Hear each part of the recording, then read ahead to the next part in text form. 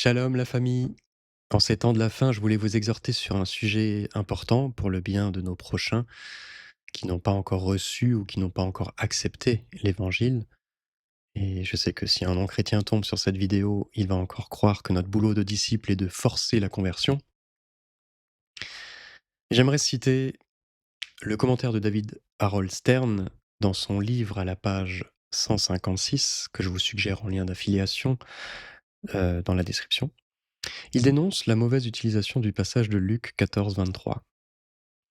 Yeshua dirait de contraindre les non-croyants, voire, dans d'autres traductions, de les obliger à entrer dans le royaume de Dieu. Notre frère explique que le mot utilisé ici implique la persuasion, soit en forçant physiquement, soit en convainquant verbalement, dans un souci d'urgence. Il nous rappelle que nulle part dans la Bible, Dieu force les humains à croire en lui.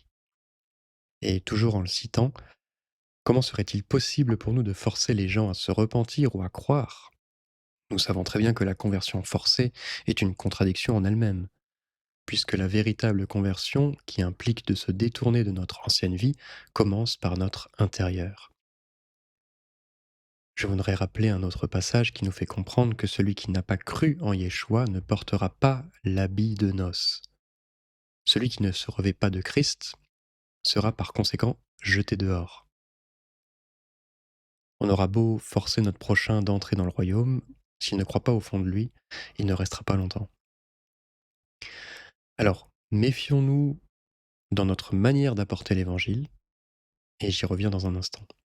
Une prophétie nous dit, et pardon pour mon accent, Kol kore bamidbar, panu derech, yod he vav he, yashru, baharava, mesilla l'Eloheinu.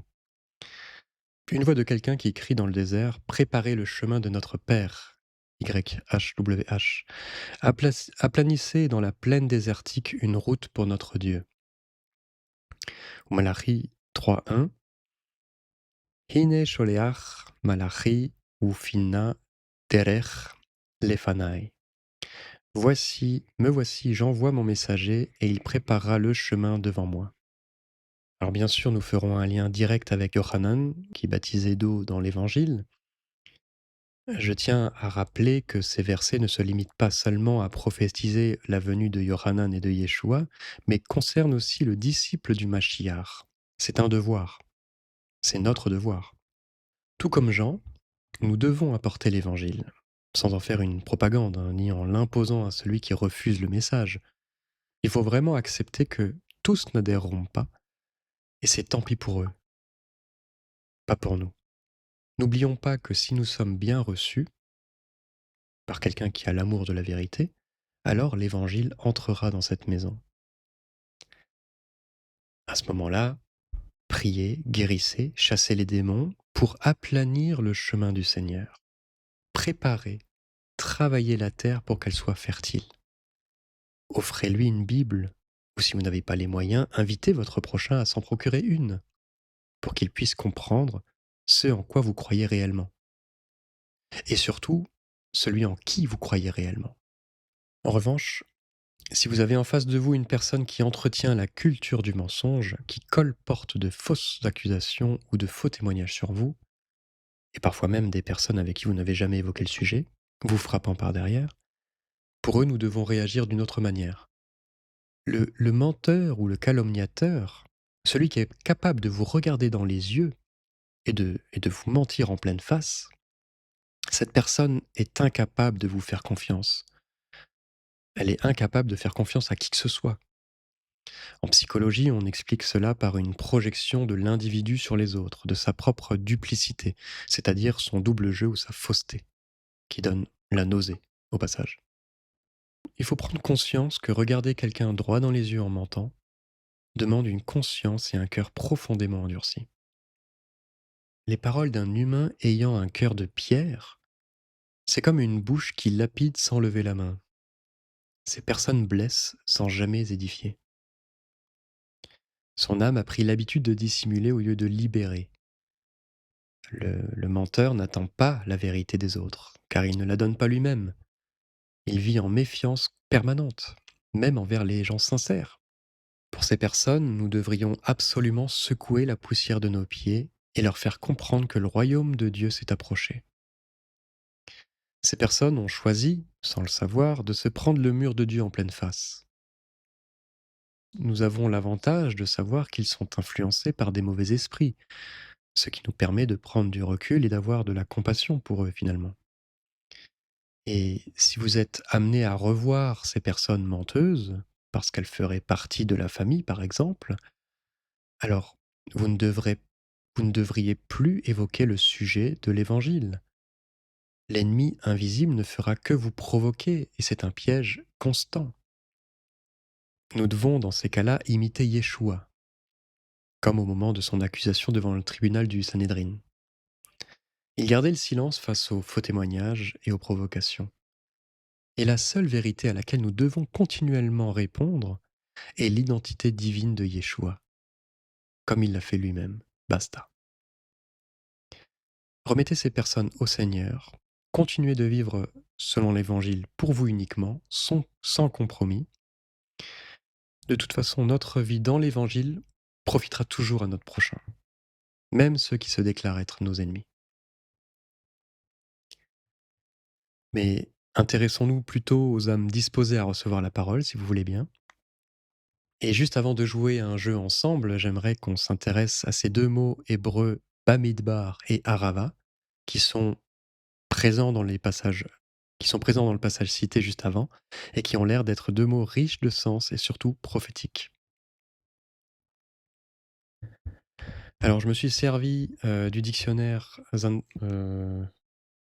Sander et Trenel de 1856, pardon, que vous trouverez aussi en lien d'affilié dans la description. Regardez, Arava désigne un lieu aride, un pays sauvage, désertique. C'est aussi le nom d'une ville de la tribu de Benjamin. Et dans ce mot, nous avons d'autres mots qui pourraient exprimer davantage le sens spirituel caché. Il y a le mot arabe qui signifie l'Arabie, le mot arave qui est aussi lié à l'obscurité, les ténèbres, le mot arov en ressort, c'est un mélange d'insectes malfaisants ou des bêtes sauvages, référence à la quatrième plaie d'Égypte. Il y a Rabat, la capitale des Ammonites, et je vous laisserai chercher sur Internet où se situe ce territoire aujourd'hui. Arav veut dire aussi mêlé, comme les deux royaumes de fer et de l'argile qui feront alliance contre Israël à la fin des temps. Il y a Rava, se multiplier, devenir puissant. Et si on diminue encore à deux lettres maintenant, il y a ce mot Rav qui veut dire nombreux, Ar qui signifie ennemi, mais aussi la ville principale des Moabites. Et je vous laisse, une fois de plus, chercher sur Internet où se situe ce territoire aujourd'hui. Passons sur ce mot midbar, signifiant dans la prairie, le pâturage, ou dans le désert au sens large, et son sens prophétique est lié à son action de parler. Comme par exemple midbarer, que l'on trouve dans Cantique. Nous avons le mot dabar, parler, dire, parole. Dober, c'est aussi le lieu où l'on emmène un troupeau. Et nous nous rappelons tous, pour ceux qui l'ont reconnu, la parole de Dieu, l'ange de l'Éternel, ce berger qui était dans la nuée et qui guidait le peuple d'Israël, Bamidbar, dans la prairie.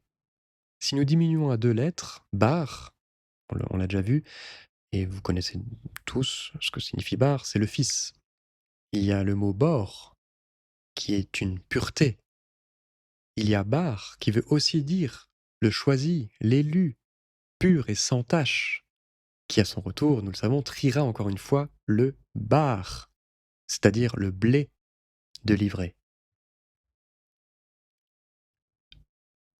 Franchement, je continue toujours et encore à être scotché sur des simples mots d'apparence, mais qui tiennent une doctrine complète à eux seuls.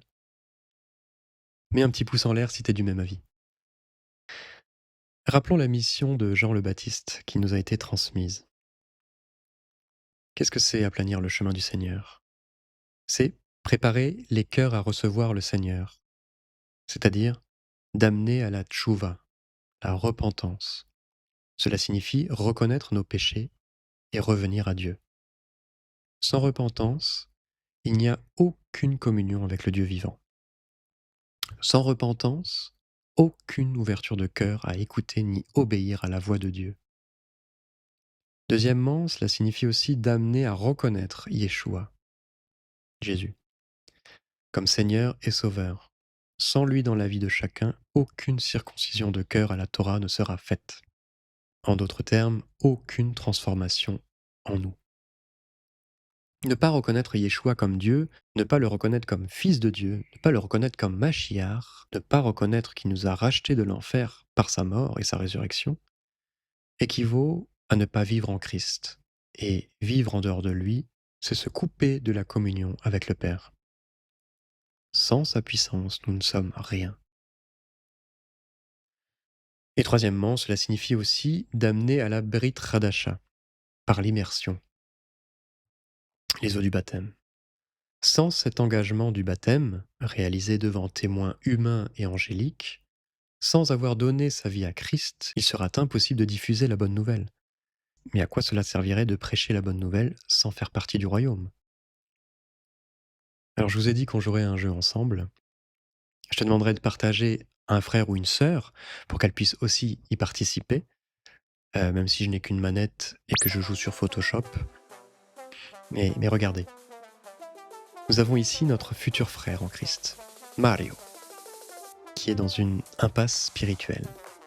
Il n'arrive pas à sauter par-dessus les soucis du monde. Et notre boulot, en lui apportant le témoignage du Christ, permet d'abaisser ces collines ou ces montagnes, pour que Mario puisse comprendre avec plus de facilité les graines qui lui ont été semées, et de finir par reconnaître Yeshua pour se transformer en Super Rabio Bros. J'ouvre une parenthèse. Certains pensent qu'après avoir baptisé le nouveau disciple, le baptiseur a pour mission de le suivre pour continuer à l'enseigner, à l'exhorter et à l'affermir. D'autres pensent, à l'inverse, qu'ils peuvent justement les confier au Seigneur et que l'Esprit Saint fera le reste. Eh bien, pour moi, les deux parties ont raison, mais tout dépendra du contexte dans lequel vous vous trouverez éventuellement. Les arguments pour le premier cas de figure découlent d'Actes 14. Il nous a dit que les apôtres retournaient à Lystre, à Iconium et à Antioche, fortifiant les âmes des disciples, les exhortant à persévérer dans la foi. Yeshua nous dit en Matthieu 28, « Allez, faites de toutes les nations des disciples, les baptisant, en leur enseignant à garder tout ce que je vous ai prescrit. » Si vous leur offrez une Bible, par exemple, normalement, vous participerez déjà à la mission. Aucun trait de lettre ne risquera d'être oublié, tout y est consigné et rien ne sera perdu. L'autre avantage, c'est que le disciple pourra mettre en pratique l'enseignement qu'il comprendra pour lui-même. Le deuxième argument vient du fait que Paul est un suivi avec Timothée, en lui écrivant des lettres. Et aujourd'hui, le mail ou le téléphone a remplacé ces lettres. Maintenant, les arguments pour le deuxième cas de figure, celui qui est de taille, c'est l'histoire de Philippe baptisant l'eunuque.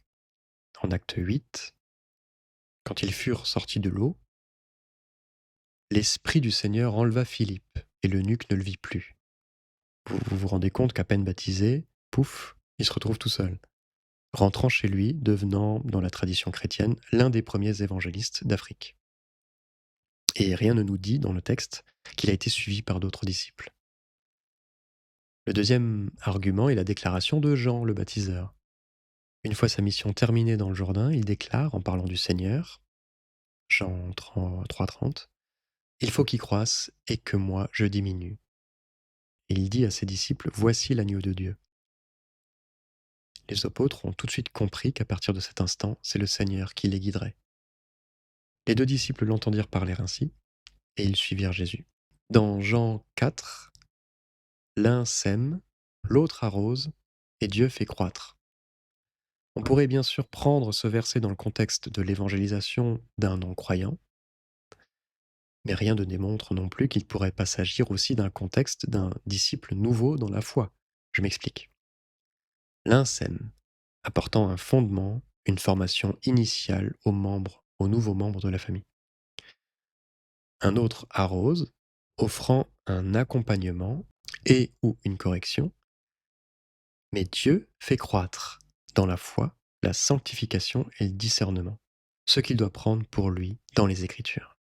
En d'autres termes, ce verset devrait nous faire comprendre qu'il n'est pas à nous de choisir ou d'imposer dans quelle assemblée envoyer le nouveau baptisé, ni à quelle doctrine il doit adhérer. Et attention, je ne suis pas en train de dire que nous ne devons rien lui suggérer. Je dis juste que forcer un choix doctrinal ou communautaire, c'est remplacer l'œuvre du Saint-Esprit par des traditions humaines. Que vous regardiez une vidéo sur ma chaîne ou d'un autre frère, chacun défend sa doctrine ou son dogme. Il n'y a rien de grave à cela, c'est tout à fait normal et légitime. On pourrait dire par exemple je n'aime pas sa doctrine à lui ou de celui-là, et je voudrais en profiter pour faire un parallèle avec la Torah de Moshe et la Torah de Yeshua. On a tendance à croire que la Torah de l'un n'est pas la même que l'autre, en d'autres termes que la Torah de Moshe c'est l'Ancien Testament et la Torah de Yeshua c'est le Nouveau Testament. Selon moi, c'est une erreur, voici mon explication. Dans la culture juive, il est fréquent de dire la Torah de Rabbi Jacob ou la Torah de Maïmonide. Je donne juste un exemple. Ce n'est pas une expression pour dire que Maïmonide a changé la loi de Dieu ou l'a remplacée. C'est pour dire que nous aimons ou que nous adhérons à la compréhension ou à l'interprétation et aux actes de celui-ci qui découlent de la Torah écrite. Nous, en tant que disciples, nous devons observer la Torah du Christ. Cela implique que nous devons suivre l'interprétation de Yeshua concernant les Écritures et non pas celle de Moshe, qui est associée, dans la pensée collective, à la loi orale, voire rabbinique. Puisqu'encore une fois, si vous ouvrez votre Bible, vous ne pouvez absolument rien rejeter de ce qui est écrit. En revanche, vous pouvez rejeter les doctrines extérieures qui ne vont pas dans le sens de notre maître Yeshua. Tout ça pour dire, laissons Dieu guider son enfant là où il le veut. Nous avons le droit et nous devons partager sur nos désaccords pour faire avancer la connaissance de tous. Mais ne coupons pas la liberté de celui qui pense autrement que nous. Cette liberté que Christ nous a donnée, que chacun défend à sa manière, je le conçois, mais rien ne doit nous empêcher d'exhorter et de fortifier notre frère ou notre sœur qui ne partage pas ou plus la même vision de l'Évangile. Si je prends l'exemple d'une personne que vous avez baptisée et qui change de voie aujourd'hui, en changeant de dénomination, je veux parler. Si elle est née de nouveau, elle se rappellera toujours de cet instant unique, de son vrai baptême, de son vrai engagement et surtout de sa première rencontre personnelle avec Christ. Personne ne peut lui retirer cela. Le diable peut retirer les miettes que nous semons, mais pas la rencontre avec Christ. Yeshua n'est pas une simple miette. Confrontons les idées, mais ne les imposons pas. Quoi qu'il arrive, que vous suiviez les disciples que vous avez baptisés ou que vous ne les suiviez pas, dans les deux cas, ils risqueront tôt ou tard de prendre un chemin qui n'est pas le vôtre. Nos routes sont différentes. Il y a plusieurs routes pour atteindre Yeshua, mais nous le savons, il n'y a qu'un seul chemin pour atteindre le Père éternel. Alors, Ah oui, j'aimerais rajouter une chose. Ce qu'il y a de beau avec la Bible, c'est que c'est une parole vivante. Et comme nous l'a expliqué un frère juif, Raïm Wiseman, en prenant son exemple, nous pouvons comprendre deux sens totalement différents en déplaçant juste une virgule, puisque nous savons que les textes des Massorètes sont aussi des interprétations. Et avant eux, il n'existait pas de virgule dans les Écritures. Pour ceux que ça intéresse, je mets sa vidéo dans les commentaires. Ce qui rejoint aussi le partage du frère Gilles Boucoumont sur l'une des dernières paroles du Christ à la croix, que vous trouverez dans la vidéo Torah de Babylone. Alors, je ne suis pas en train de vous dire que la Bible dit tout et n'importe quoi. Elle ne peut pas se contredire, ça c'est clair. Comme le passage à l'écran, par exemple, une interprétation est juste et l'autre est fausse. Alors, comme j'en ai déjà parlé, je ne vais pas y revenir. La parole est vivante, oui, mais pas bipolaire. Le fait de vous suggérer ce commentaire juif de l'Évangile, par exemple, Ça n'a pas pour but de vous faire croire tout ce qui s'y trouve, et que seule la vision messianique est bonne. Mais sa lecture permet de gagner en connaissance du point de vue contextuel, qui est plus important pour le chrétien que pour le juif, mais aussi pour gagner en connaissance culturelle de nos frères juifs au 1er siècle, ce qui peut nous aider dans certains cas à ajuster une croyance. Je garde le meilleur, comme tout enseignement que j'écoute, je garde le meilleur de tout ce qui est extérieur à la Bible, et la Bible vous invite à faire de même. Sinon, nous prendrions le risque de réduire notre lecture à une pensée unique, celle des hommes. Et comme c'est le cas avec toutes les grandes instituts, catholiques, orthodoxes, protestantes, messianiques ou même nazaréennes, toutes veulent que vous adhériez à leur doctrine, qu'ils déclarent être la vérité. Et c'est exactement cette lecture linéaire qui rend la parole morte. C'est la tradition de chacun qui anéantit la parole de Dieu. La lettre tue, mais l'esprit vivifie. L'Esprit de Dieu rend sa parole vivante. Celui qui cherche, trouve. Celui qui ne creuse pas les textes restera esclave de l'homme. Et aujourd'hui, grâce à Dieu, par Internet, vous avez des cours gratuits d'hébreu et de grec. Alors profitez-en au lieu de vous divertir sur des plateformes ou des programmes qui vous rendent plus idiots. La parole devrait être votre point central, votre priorité, et non pas de savoir si la première dame est un homme ou une femme. C'est pas possible que les chrétiens du monde trouvent cela édifiant. Encore une fois, attention aux vidéos chrétiennes mondaines, et encore plus celles qui sont entièrement réalisées par IA, par intelligence artificielle, avec des voix robotiques. Je ne vais pas rentrer dans le détail maintenant, sinon je vais être hors sujet. Alors, revenons au cœur de notre thème. Que personne ne culpabilise lorsqu'un frère ou une sœur que vous avez baptisé se sent appelé dans une autre dénomination, à juste titre ou non. Personne ne connaît les plans parfaits du Seigneur. Et ne culpabilisez pas non plus lorsqu'un frère ou une sœur renie Christ quelques mois après son baptême. C'est malheureusement du vécu, mais rappelez-vous que celui qui évangélise a sa part de responsabilité, mais celui qui écoute doit aussi entretenir son chant intérieur, chant avec un P. S'il a fait marche arrière, est-ce que ce disciple a entendu sans chercher à comprendre en profondeur? Ou il a entendu mais ne laisse pas la racine qui porte chacun de nous grandir dans son cœur? Et par conséquent, il a renié Christ à la moindre persécution ou au moindre intérêt pour maman? Je ne vais pas vous refaire la parabole entière de Matthieu 13, je suis sûr que vous voyez où je veux en venir. Ne culpabilisez pas non plus sur les moyens que vous avez à votre disposition pour l'avancement du royaume. Certains ont reçu 5 talents, d'autres qu'un seul.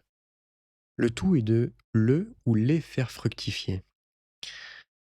Donc ne convoitez pas les richesses des autres frères et ne méprisez pas la modestie d'un autre.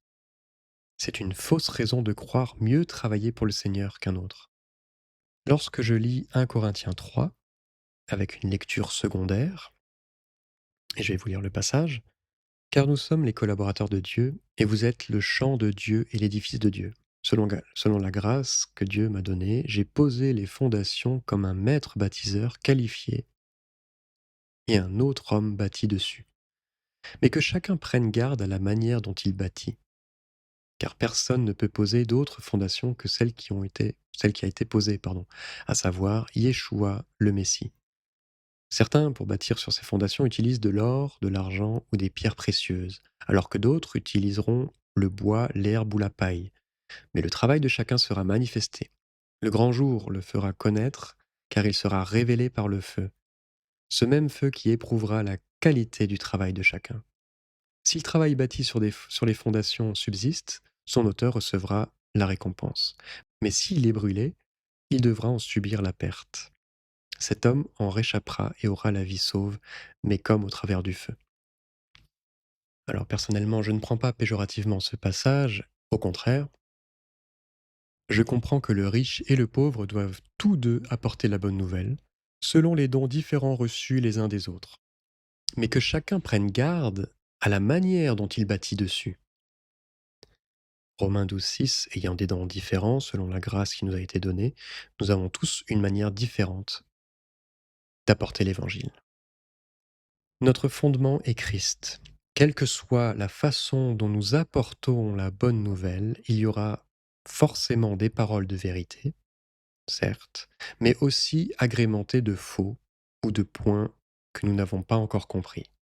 Ce faux sera consumé lors de notre jugement, et nous recevrons nos récompenses en fonction de nos partages parsemés d'ivraies.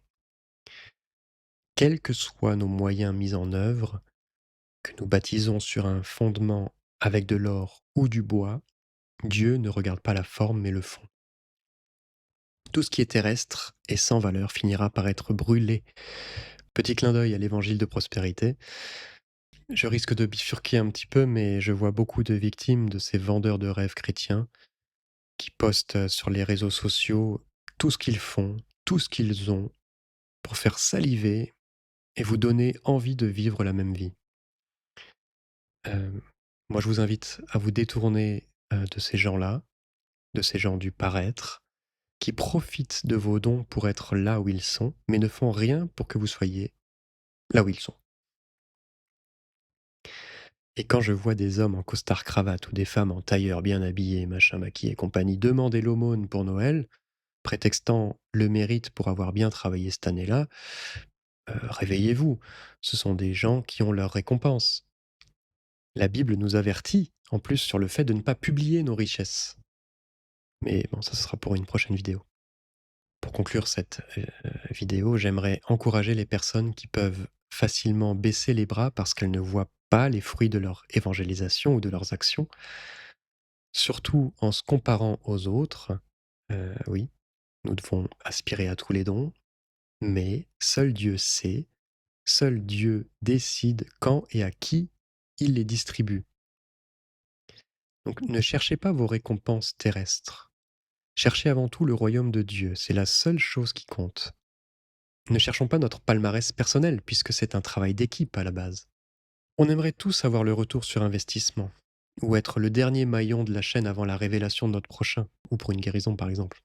Je crois sincèrement que si nous n'obtenons pas à chaque fois ce que nous désirons, c'est peut-être qu'au fond de nous, ce n'est pas de l'encouragement ni une confirmation que nous voulons, mais quelque chose qui appartient à Dieu seul. Et convoiter sa gloire, chercher à s'attribuer le mérite, reviendrait à cultiver la pensée de Satan. Dieu connaît notre cœur, et parfois on a du mal à admettre la réalité de notre chair. Alors, faisons-lui confiance. Il est mieux placé que nous pour savoir ce que nous avons droit de voir et ce que nous devons toucher de loin. Prenez conscience que le fait de prier pour un non-croyant, qu'il accepte, c'est déjà un miracle en soi. Le fait de témoigner, de répondre aux questions qu'il se pose, en gros, le fait de lui aplanir son sentier pour qu'il ait moins d'obstacles l'empêchant d'avancer vers sa destinée, est un accomplissement en soi. Vous devenez participant à Christ. Soyez dans la joie lorsque vous avez été choisi pour planter la graine. Et ne vous glorifiez pas d'avoir arrosé le dernier, parce qu'en général, c'est lui qui a le plus de chances de voir le fruit qui amène la repentance. Et ce dernier peut tomber dans ce piège de croire qu'il a été le seul à travailler pour la conversion du nouveau frère. Je rappelle que nous formons une équipe au minimum de 2 personnes, voire 3. Celui qui plante et celui qui arrose reçoivent la même récompense. Mais la gloire reviendra toujours à notre Elohim. Mais surtout, rappelez-vous d'une chose, mes frères et sœurs. Dieu ne tarde pas à l'accomplissement de sa promesse. Dites-vous que Dieu s'en chargera encore dans la journée, dans son temps à lui, hein, parce que nous savons qu'un jour égale 1000 ans. Mais si on réfléchit, il ne reste pas 1000 ans terrestres avant son grand retour. Hein, nous sommes bien à l'aube du 7e jour.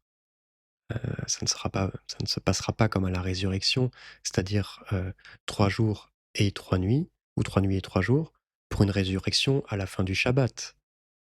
Ce qui voudrait dire en l'an 3031 de notre ère, à plus ou moins 5 ans de marge. Non, non, non. Nous passerons le Shabbat entier avec lui. Oshéa, que je cite souvent parce que j'aime beaucoup ce passage, Osée 6, 1 et 2, nous rappelle qu'après 2 jours, soit 2000 ans terrestres, il nous rendra la vie.